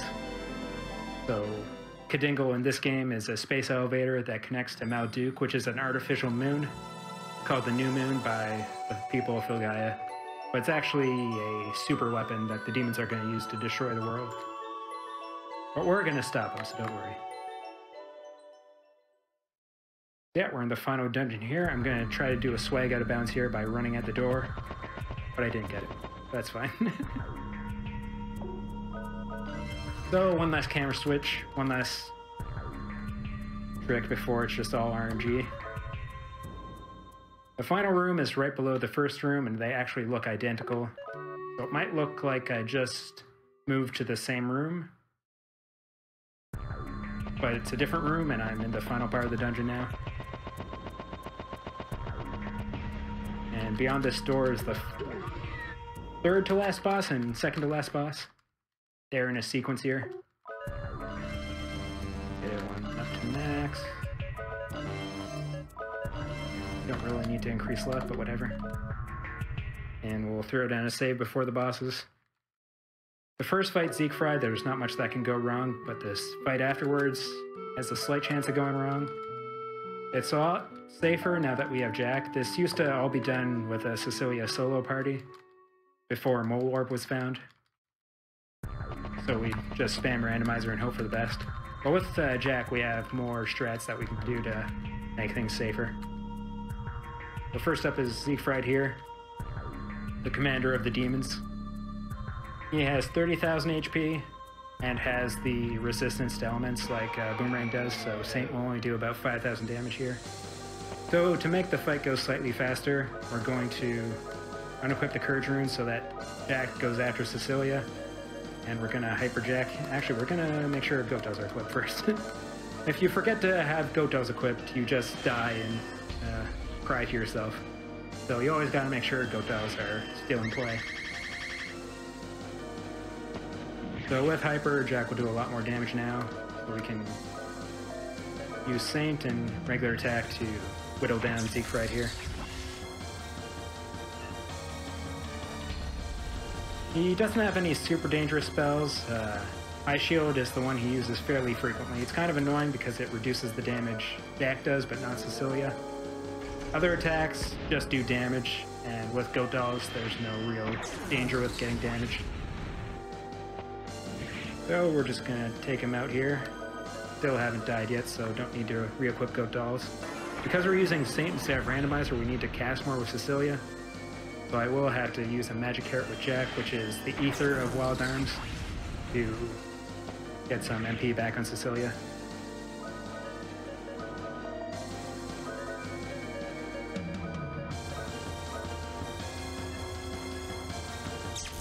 Assuming this doesn't kill, might actually. Whoops. Meant to do that a turn early. That's fine though, I can just do it during Mother Fried. So Mother Fried comes right after this fight. It's a bit more of a dangerous fight. And the lore, if you want to know the lore, is that the Mother Demon, which is like the baddie of all demons, was defeated earlier in the game, but consumed Siegfried. So now they're kind of a combined being. Kind of like in Mario and Luigi Superstar Saga with... Well, I won't spoil that game, actually. In case you haven't played that game. Nothing happens in that one. But if you do know that game, something similar, you know. But Malduk is being used here to destroy the world. And that's no good. And transformation is about to occur. And this is Mother Fried. Kind of a creepy looking giant human carrying Siegfried in a wedding dress and a caterpillar body. If you thought this looked messed up, it looks even worse once the 3D model comes in. And we're gonna do something weird here where we're gonna unequip the Goat Doll from Jack, because we want Jack to die in this fight. And the reason we want that to happen is because with Jack dead, it actually makes the fight slightly safer, because if Cecilia gets paralyzed, you can't re-equip Goat Dolls, but if you're dead, you can equip, when we can use something called the Equip Glitch to equip Cecilia by using the dead Jack. Hopefully it doesn't matter. Hopefully it doesn't come into play. That's fine. I bought pinwheels just in case this happens. So Cecilia's confused, so she'll just attack a random coordinate on the battlefield. There's a chance it will actually attack the enemy. Aus Magna you never want to see, so it's great that that's happening. Jack is paralyzed. We're going to cure him of that, just to be safe.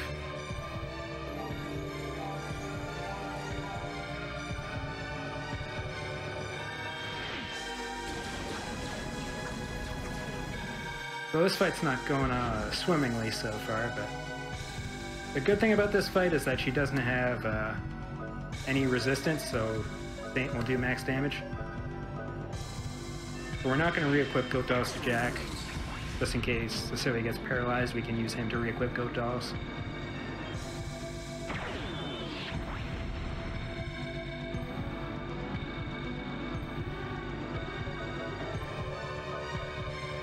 And 5 Saints are enough to kill Mother Fried, and then we'll be good to go.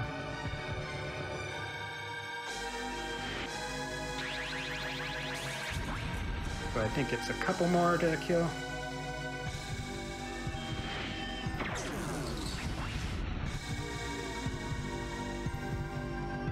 Alright, no more Aus Magnus. So, no more danger. Then Cecilia will kill in the next attack. If I counted correctly, though it's possible I didn't. Yeah, this is it from Mother Fried. We can fit in a couple donations here. There's a bit of talking afterwards before going into the final boss. There is a bit of a kettle, so apologies. Maybe it'd be good to mix the game audio down, but continue. No problem. All right, we've got $50 from Uller RM that says 1, 2, 3, 4, 5. Great run. Thank you. Oh, and we've got a poem, like I requested. We've got $50 from Justin. It says a poem. cha0sRTA. Wild arms he did play. All through the night, demons he'd fight, and out of bounds find his way. Thanks for the awesome run. Donation goes to Runner's Choice. Thank you for the poem, Justin. Thank you. And $25 anonymous donation. It says, I forgot to check the schedule and am bummed I missed so much of Wild Arms. It's a great series and I'll have to catch the VOD later, but I love the speedrunning tricks I've seen so far. Well, thank you for the donation, and make sure you check out this VOD and all the VODs of everything on every Games Done Quick ever. Here's a little question. This might require a little thinking from both of us. Anonymous gives $10 and says, if an apple a day keeps the doctor away, then how long is the doctor staying away from your party? Maybe that doctor could use the time and this donation to prevent cancer or something. Approximately. Do you know how many apples 2,500 you use? I have actually no idea. I should figure that out. I'm going to guess 2,500 though. Something like that. That's a lot of apples. Maybe more. Who could say? But that's it for Mother Fried, and the game kind of fakes you out and you're supposed to think that's the final boss, but has the classic clue of getting experience. So if you're watching closely, you'll know that there's still more to come. But before that, we're going to switch to Rudy for one final save. And the final boss is named Zeke2i. Has 49,200 health, and all of its stats are 492. I think 492 has some significance, maybe in Japanese, I have no idea, but for some reason all of its stats are 492. We're going to heal up, boost our luck to best, and then head in. And we are using randomizer.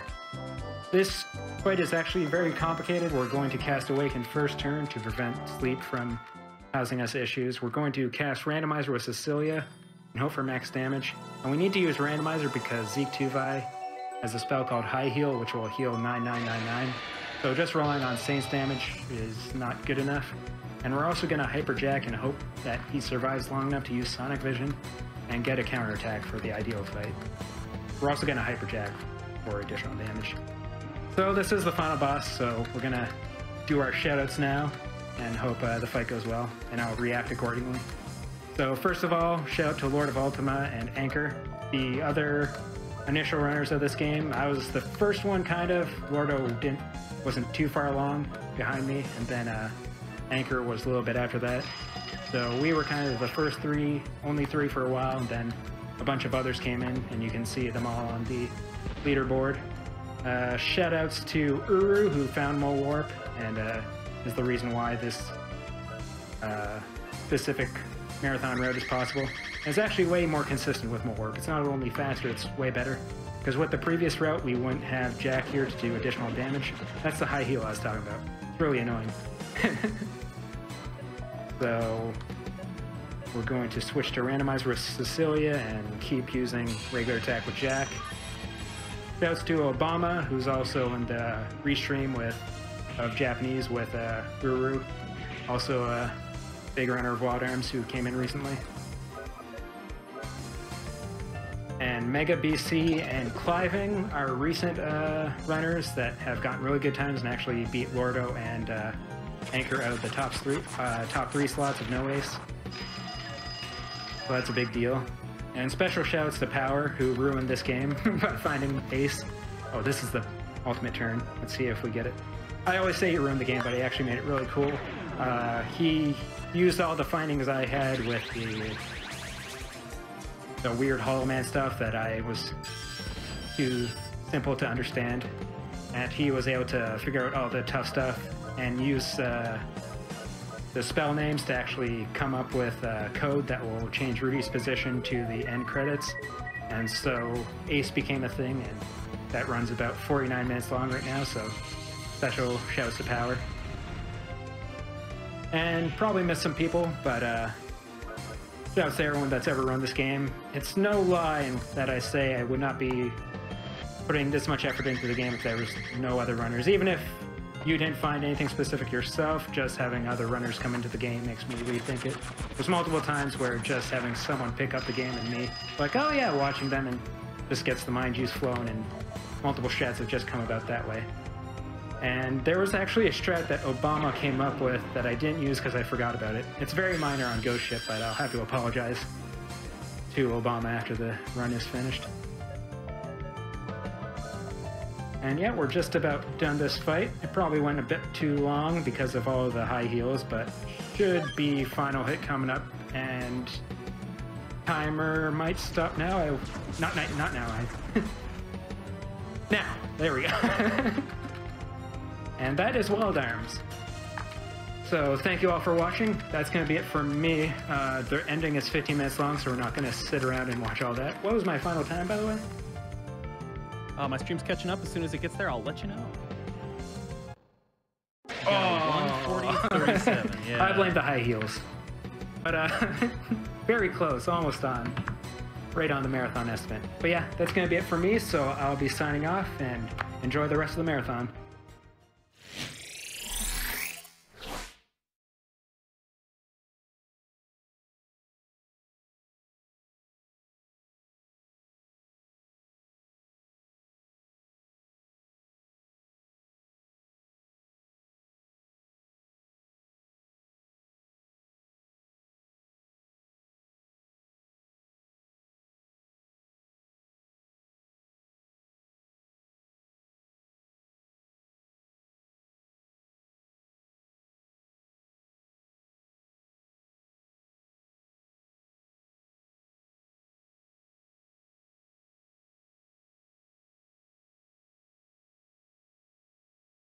All right, give it up again for cha0sRTA in that wonderful run.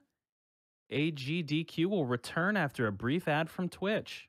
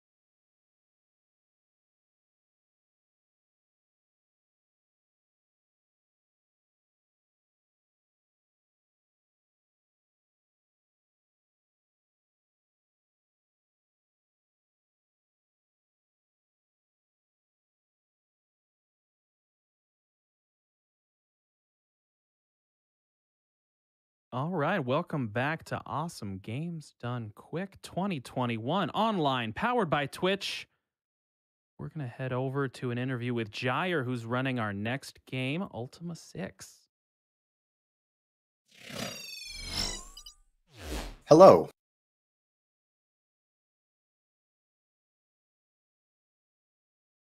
Hello, I'm Feasel, and I am...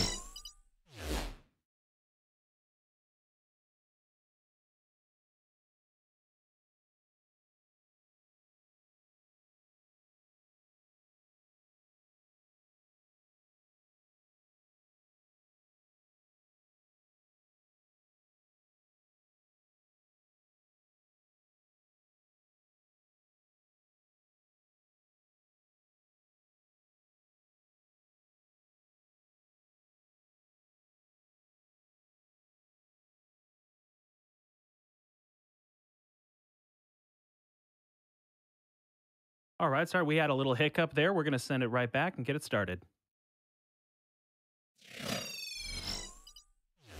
Hello, I'm Feasel, and I am here with Gyre, who is the runner for Ultima 6, the run coming up next. Hello, Gyre. Welcome, and thank you for talking with us today. Hey, welcome everybody. So Ultima 6. Now, this game was released on many different platforms, like a lot of the Ultima games. And so a lot of people are probably familiar with the Super Nintendo version, if not the PC version. But what is special about the PC version? The PC version is really the definitive version. It's got the most horsepower in order to be able to fuel some of the improvements that they made in the series at this point. Ultima 6 is the first time that they had a very flat overworld map. There's no towns or castles or battle screens to go into. Everything is on one big world. That was a really big innovation at the time, and it's tough to kind of scale that down to some of these other platforms. They did some cool ones. The Commodore 64 version is the biggest Commodore 64 game ever released. The FM Towns version, they pre-recorded a whole bunch of dialogue. It's like all the voice actors are actually the developers of the game. Hmm. They stuck in there for that one. But I like the PC version because it's really the definitive way that people kind of envision the game being played. And it still stands up quite well technologically compared to a lot of other games of the era. Oh, that's neat. I mean, because it is always good to see, people continuing to play old RPGs, and have them continue to have life. But I think that this in particular is a really interesting change from the SNES version versus the PC version, because it makes a big difference in the run here, particularly the keyword system, right? Can you talk a little bit about how that works?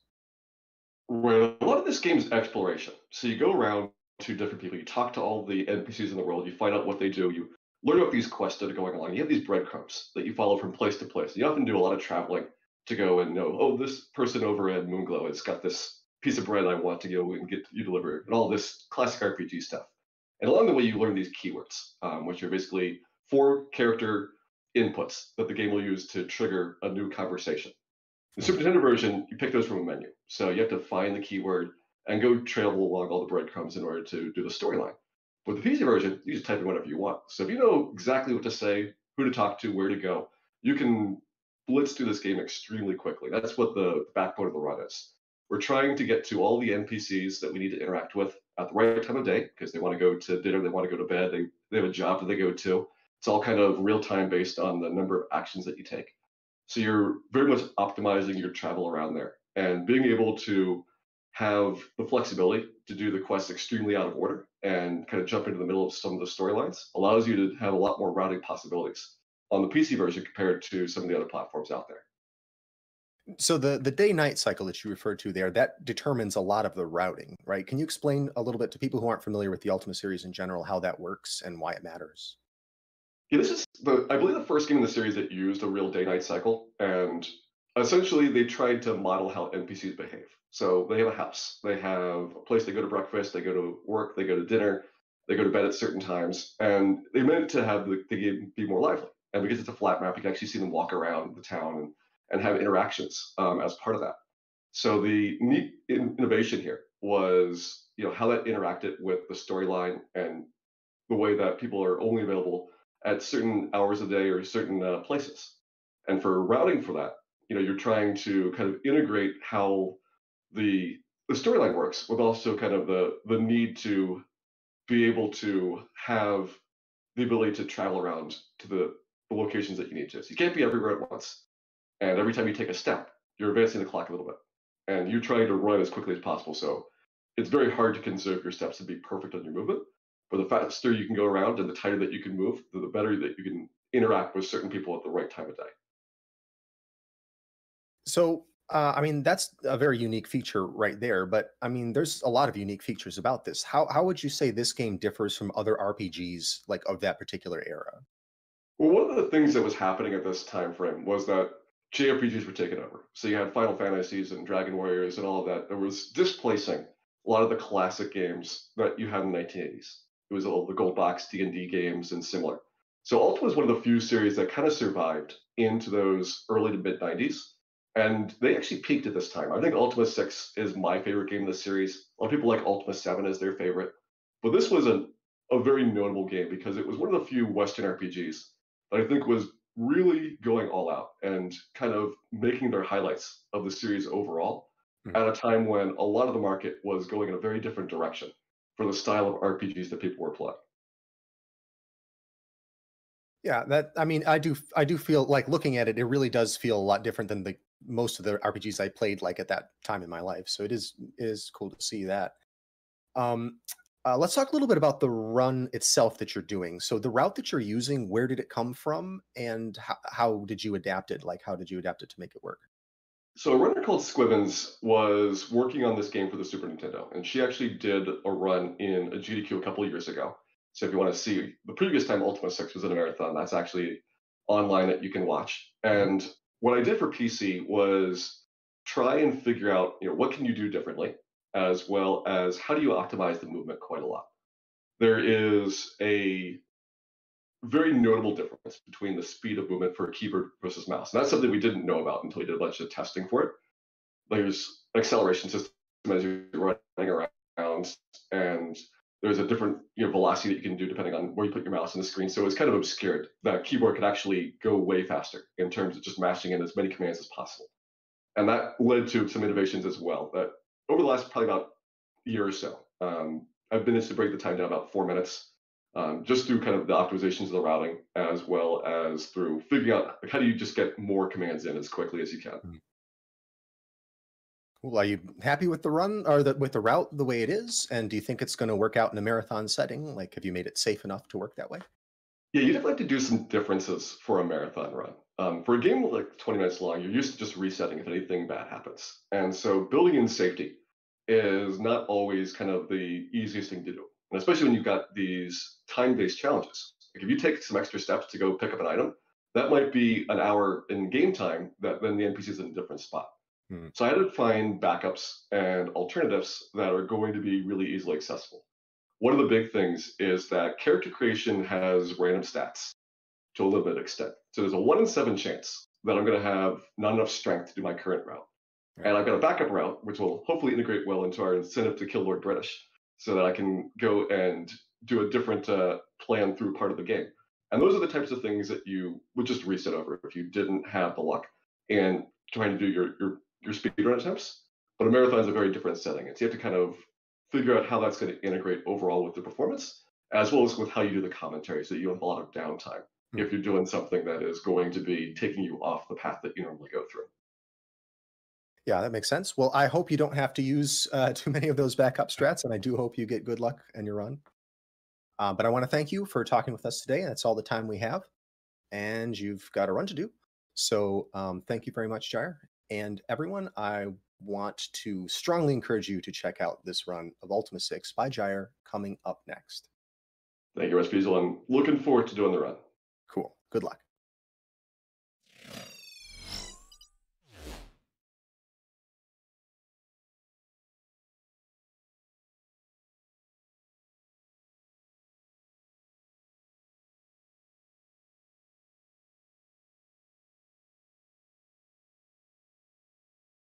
Welcome back to AGDQ 2021 Online.